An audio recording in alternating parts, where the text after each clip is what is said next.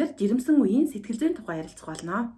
Би мэрэгжлийн сэтгэл зүйч биш учраас жирэмсэн үеийн сэтгэл зүйн тухай мэрэгчлэлтний талаас биш 100% өөрийн туршлагаа хуваалцна. 1.5 жилийн зайтай 2 жирэмслэлтийн хугацаанд миний сэтгэл санаа ямар байсан бэ? Одоо ямар байгаа вэ? Энэ тухай ярилцъя.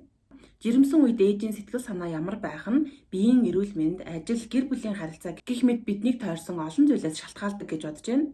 Гүнжээг тээх үе буюу анхны жирэмслэлт дээр эхний 3-4 сарын хугацаанд бол миний биеийн эрүүл мэнд тогтвортой байсан. Түүнийгээ дагаад жирэмсний ихэнх үеийн хордлого бараг огт өгөөгүй. Тийм болохоор би ажил хичээлдээ яваад ер нь өмнө нь миний амьдрал яаж өрнөдөг байсан бэ? Тэр амьдрал маань тэр чигээрээ үргэлжилж байсан. Тийм болохоор миний хувьд ер нь өөрийгөө жирэмсэн л гэж мэдж байгаа болохоос өөрөөр бараг сэтгэл зүйн хувьд ямар ч өөрчлөлт байгаагүй. Жирэмсний 4 сартай үеэс тооноос нэлээ ихээр өгөөд тэгээд хэвтрийн дэглэм сахих шаардлагатай болсон. Миний сэтгэл санааны өөрчлөлт ер нь жирэмсний 4-5 сартай үеэс эхэлсэн гэж хэлж болно. Эхний саруудад би яг юу гэж бодож байсан бэ гэхээр би ер нь ингээд гайгүй хөнгөн хордлогогүй жирэмсэлтэй юм байна. Ингээл ажил хичээлээ хийгээд явж байгаа тал ер нь төрчих юм байна гэсэн бодолтой. Жирэмсэн байх чинь ер нь тийм ч хэцүү биш юм байна ч юм уу. Тиймэрхүү бодолтой байсан.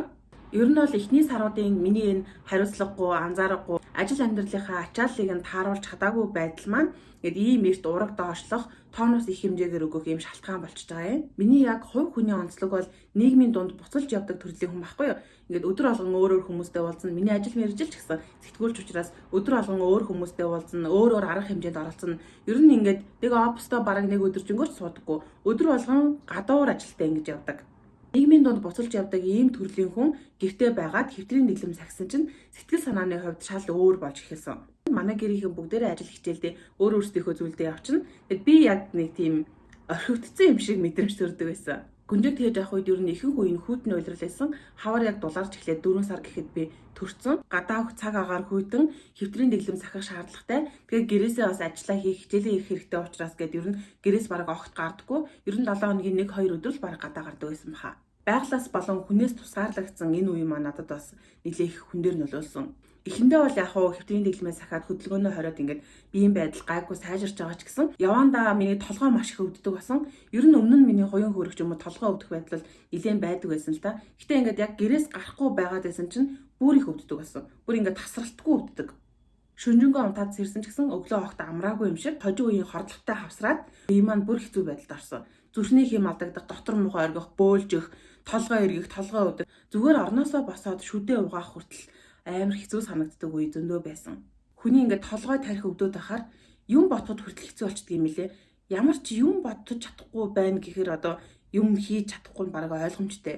Биеийн эрүүл мэнд нь тийм байдалтай байгаа хүний сэтгэл санаа бол бүр маш хэцүү. Яах юм болоо, хизээ зүгээр болох юм болоо, эсвэл одоо төрчүүл болох юм болоо, ер нь төрсний дараа зүгээр очих байхаа ч гэдэг юм уу. Би тухайн үедээ юу гэж боддог байсан бэ гэхээр дэлгэцтэй их ажиллаж байгаа учраас миний бие ингэж байгаа юм байна. Одоо декрет авчвал ер нь гайгүй болох байх гэж бодож байсан. Декрет аваад амарсан чинь бас нэг их ялгаа байгаагүй. Тэгээд тэрнээс хойшоо болохоор ер нь төрчүүл зүгээр болох юм болоо, төрчүүлэл гайгүй болж магадгүй юм байна гэж боддог байсан. Гэтэл яг үнэндээ төрсний дараа жирэмсэн үеэс хэд дахин олон асуудал гарч ирсэн. Жирэмсэн үедээ өөрийгөө сайн амрааж, биеийн болон сэтгэл зүйн эрүүл мэндээ тогтвортой байлгаж чадаагүй төрсөн чинь төрсний дараа өөрөө бүр хэцүү байдалд орж байгаа байхгүй юу? Гүнжээг тээж байх үед бол жирэмсний 4 сартаагаас 9 сар хүртэл ер нь ингээд толгой өвдөх асуудалтай. Түүнийхээ учрыг яаж олохоо сайн мэдэхгүй. Сүүлдээ бол би зүгээр л төрхөө хүлээдэг байсан. Төрчүүлэл бүх юм болчих юм шиг санагдаад нэг өргөс авахуулах байгаа хүн шиг тэгээд байгаад идэг байсан. Одоо энэ 2 дахь жирэмсэлтээр бол ер нь нэлээд туршлагатай хандж байгаа. Туршлагатай хандахдаа би яг ямар арга хэмжээг авч байгаа вэ гэхээр байгальтай маш сайн ойр яаж байгаа, нойроо бүтэн авахыг хичээж байгаа. Ажил амьдралынхаа ачааллыг тэнцвэртэй байлгах тал дээр анхаарч байгаа. Бас нэг чухал зүйл нь төрөх өдрөө хүлээх биш, төрсний дараах амьдралын хэм маягта тэр өөрчлөлтөд өөрийгөө бэлтгэж байгаа. Энэ жирэмслэлтээр бол өмнөхтэй харьцуулахад хэд дахин завгүй байгаа. Гэхдээ миний сэтгэл санаа тэр үеэс хэд дахин тогтвортой, биеийн эрүүл мэнд маань ч гэсэн тогтвортой. Би огт тооноос өгөөгүй энэ жирэмслэлтээр хожим үеийн хордлого баг зэрэг өгч байгаа. Гэхдээ ер нь бол өмнөхтэй харьцуулахад миний тарих толгой өвдөж тийм амар хэцүү байдалд орохгүй байгаа. Одоо миний өдөр тутамдаа хэрэгжүүлж байгаа нэг чухал зүйл бол өдөр бүр байгальд гарах.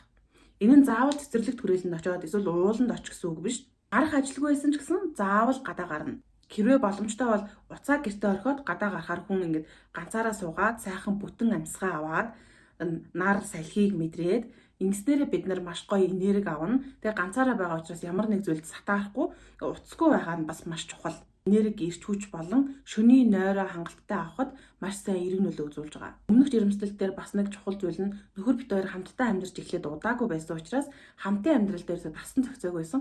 Тухайн үед нэг их хэрэлдэж муудаал, зөрчилдөөд ч юм уу тийм зүйл байгаагүй ч гэсэн хин нь шинэ амьдралын хэм маягт орсон байсан. Харин одоогийн жирэмслэлт дээр бол бит хоёр хин гэр бүлтэй болон хүүхэдтэй амьдралын хэм маягта дасан зохицчихсон. Хүүхэд төрсний дараа яах, жирэмсэн үед бид нар ямар байдаг вэ гэдгийг хин мэдж байгаа. Гэр бүлийн харилцаа ойлгомжтой, тодорхой, тогтвортой байхаар миний сэтгэл санаа бас энэ тогтвортой байхад нөлөөлж байгаа. Өмнө нь бол зүгээр нэг их тогтворгүй байгаагүй ч гэсэн ер нь шин байсан учраас түүндээ дасан зохицох яг цаг үе эхэлж исэн. Би номоо өчгтээ бас хөл хөнд үеийн сэтгэл зүй гэдэг хэсгийг оруулсан. Энэ хэсэгтээ өөрийн туршлагаа хуваалцаад ардаас нь сэтгэл зүйч үйлсийн зөвлөгөөг багтаасан. Сэтгэл зүйч үйлсдээс эмэгтэй хүн жирэмсэн болохоор сэтгэл зүйн хувьд ямар өөрчлөлт гардаг вэ гэд асуусан чинь маш тогтвортой, тайван, нэг бол сэтгэл хөдлөл ихтэй, маш тогтворгүй гэсэн ер нь юм хоёр байдалтай байдаг гинэ. Ихэнх жирэмсэн эмэгтэйчүүд. Жирэмсэн эмэгтэйн сэтгэл зүй нэг бол маш тогтвортой, тайван байх уу, эсвэл маш тогтворгүй сэтгэл хөдлөл өндөртэй байх уу гэдгийг хөвчлэн гэр бүл, хувийн амьдрал, ажил гэсэн зүйлсээс шалтгаалдаг аа гэж хэлсэн. Энэ сэтгэл зүйн өөрчлөлттэй үеийг бид хэрхэн даван туулах вэ гэд асуусан чинь жирэмсэн үеийн болон төрөх үйл явцын тухай шинжлэх ухаанч мэдлэг мэдээлэлтэй байснаар бидний айдас, санаа зовнил багасаад үнийгээ дагаад ирэн сэтгэл санаа тогтвортой байдгаа гэж хэлсэн. Төрсний дараах сэтгэл хямралын талаарч гэсэн бид нар мэдлэг мэдээлэлтэй байх тусмаа түүнд өртөхгүй байх боломжийг нэмэгдүүлдэг. Жирэмсэн ээжийн сэтгэл зүйг хамгаалах хамгийн чухал зүйл бол нойр гэж хэлсэн. Тэгэхээр бид нар нойроо хангалттай авах, нойроо сайжруулах тал дээр маш сайн анхаарах хэрэгтэй. Төрсний дараа эхний саруудад бол ер нь хүссэн хүсээгүй бүгдээрээ нойр тогтдог байдаг шүү дээ. Тийм болохоор ер нь бид нар жирэмсэн үедээ ядаж нойроо хангалттай сайн авах тал дээр анхаарах хэрэгтэй юм байна лээ.